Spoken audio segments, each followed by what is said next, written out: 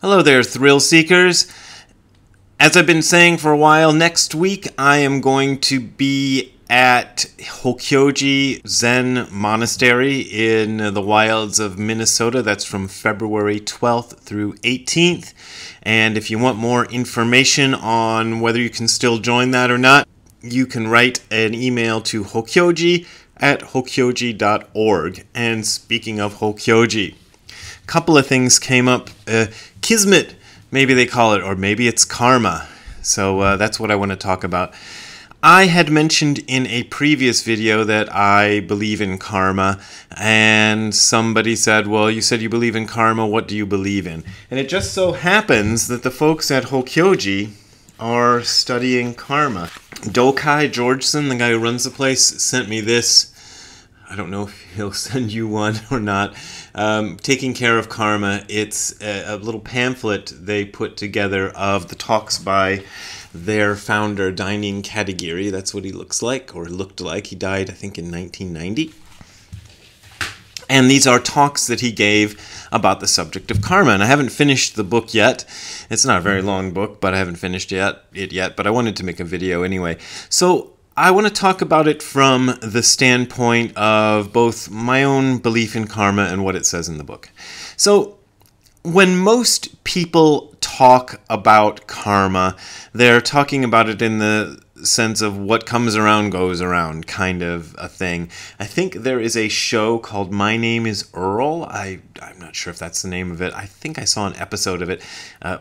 It's about a kind of a redneck American who suddenly decides he believes in karma, and then he starts seeing karma happening all over the place. Haven't watched the show, so I don't know how deep they get into karma, but just guessing how Hollywood and television go, I would guess that about as deep as they go with karma is the sort of what comes around goes around sort of thing. Like, if I do something bad, then something bad happens to me, and if I do something good, then something good happens to me. That's most people's sort of baseline level understanding of karma. And I believe in that karma, but when you start looking into karma more deeply and start examining the whole concept, there's a heck of a lot more to it than that. So let me dive into a little bit of what Dainin Katagiri has to say about this. Here's his kind of summary of karma. Actually, like I said, I don't know, maybe there's more of a summary near the end of the book. I'm about halfway through it right now. He says, one point is, the location of karma is really the source of one's life. The second is that karma in the fundamental ground of one's life is not something you try to understand intellectually. No way. There is nothing else to understand. Finally, all you have to do is return home, just sitting. This is Zazen. Only through Zazen you are really close, that you have access to what karma is, what human nature is. And then if you continue to do Zazen like this, you really understand the total picture of karma. So the idea is, karma can't be understood intellectually. He kind of makes the point a little bit more strongly right here. So you cannot understand karma through literature or through your experience in daily life or through philosophical understanding, metaphysical understanding, or through science. Whatever you do, nothing. It makes you crazy. Just through meditation, Zazen, that's all. I'm sorry for you anyway. And I like that ending there. You can understand a little bit of karma intellectually, but after a while you can't.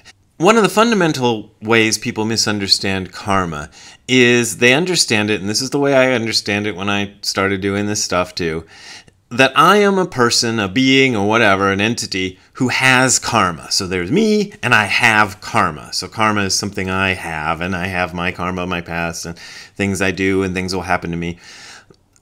The way to understand karma, though, is to understand that you are karma. Your manifestation here, your body and your mind, are a manifestation of karma. That's karma. So if you were to try to alter your body or alter your mind, which people do constantly, you're trying to alter karma. And that's ultimately impossible. You can kind of bang it a little bit, bang it around, smack it around if you want, and maybe in the process damage it or create more karma, but you can't change it. It's just there. That's your karma. But on the other hand, maybe that's not so bad, because maybe I'm making it sound bad. One of the things Katagiri Roshi says in this lecture, or the series of lectures that have been transcribed here, is that when Japanese people talk about karma, that's always something bad. I'm trying to remember, when I read that, I was trying to remember how many times I might have heard people reference karma, and I don't know how many, but I think he's right. And the other thing I learned, because I looked this up, is I wondered what kanji, what Chinese character the Japanese people use to represent karma. And I'm going to put it on the screen for you now. It's go. Go is a long O, go. And this is the word, this is the kanji, the Chinese character that's used for karma. And I was looking at that going, I've seen that kanji before in a whole different context. And the way I used to always see it was jigyobu. Jigyobu, which I'll put on the screen here, was our business affairs office. When I worked for Tsuburaya Productions, the folks that made the TV show Ultraman, I forgot to say that in the original video. Now back to the original video. And so, in that sense, the gyo part of it, which is the same thing as go, it just did different words, it's pronounced different ways. I'm looking at my dictionary program, my jisho.org, if you want to know. That's the Japanese program I use most often. They give the definition as work, business, company, or agency. And then the second definition they give for this kanji is deed, act, work, or performance. And then the third one is karma. The result of one's karma, fate, destiny, uncontrollable temper is another. I didn't know that one. So it's karma or uncontrollable temper or business. So that's where I heard it a lot.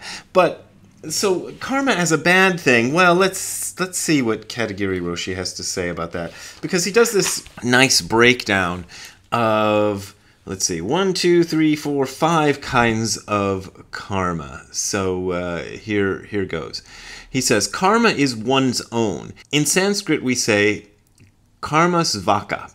Karmasvaka means having one's own actions as one's property. We have karma as what is called one's own property. That property is a place where you live, so it's very basic. That's kind of the way your body is your karma. Your mind is your karma. Next is karma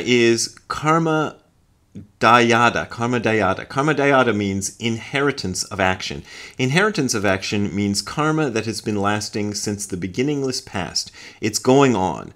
And also you are the inheritor or successor of that karma. So that's the idea that karma goes way back. Now, the kind of, man on the street understanding of that is reincarnation. So I had, I don't know how many past lives. I was going to say I don't know how many I've had, but billions of past lives, and there were things that I did in those past lives, and those past lives contributed to making the karma that makes me be me and do all the things.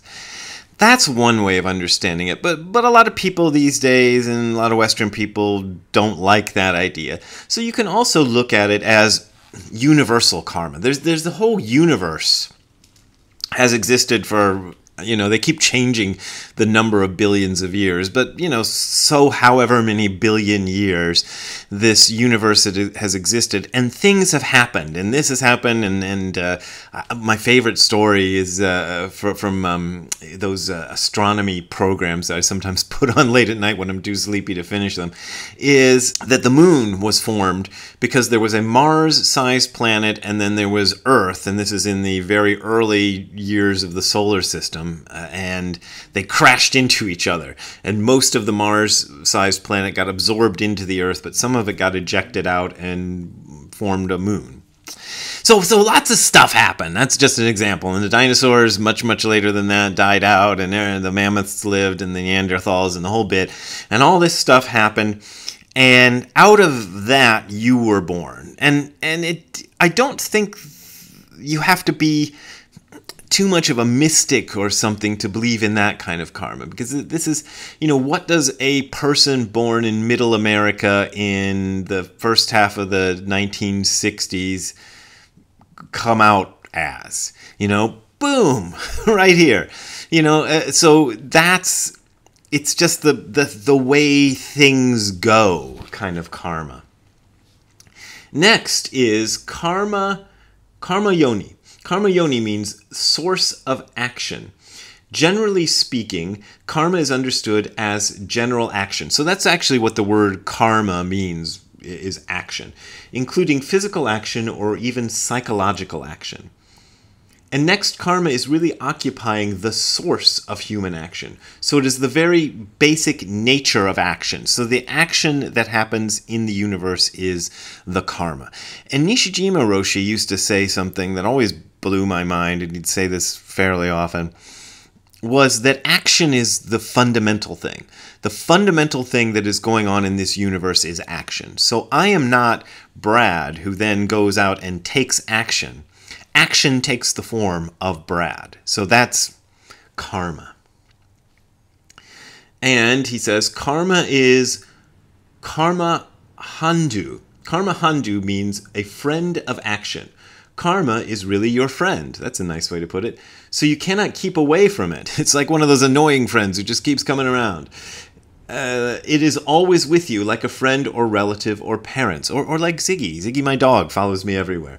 So karma is something that is always there. You can't get away from it. There's no escape from karma. Everything you do is either the manifestation of karma in the past or you manifesting karma now that goes out and becomes something else in the future. And the last one is karma pratisarana. Karma pratisarana, I don't know how to pronounce Sanskrit. Karma pratisarana means that which one's life depends on, a place which one's life depends on. So your life depends on your karma. The very fact of living itself is karma. So you watching this video right now is karma.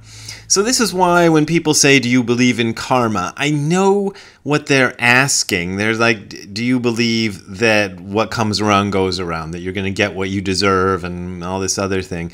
And yeah, I believe that. But to me, that's like the most superficial, surface level version of karma.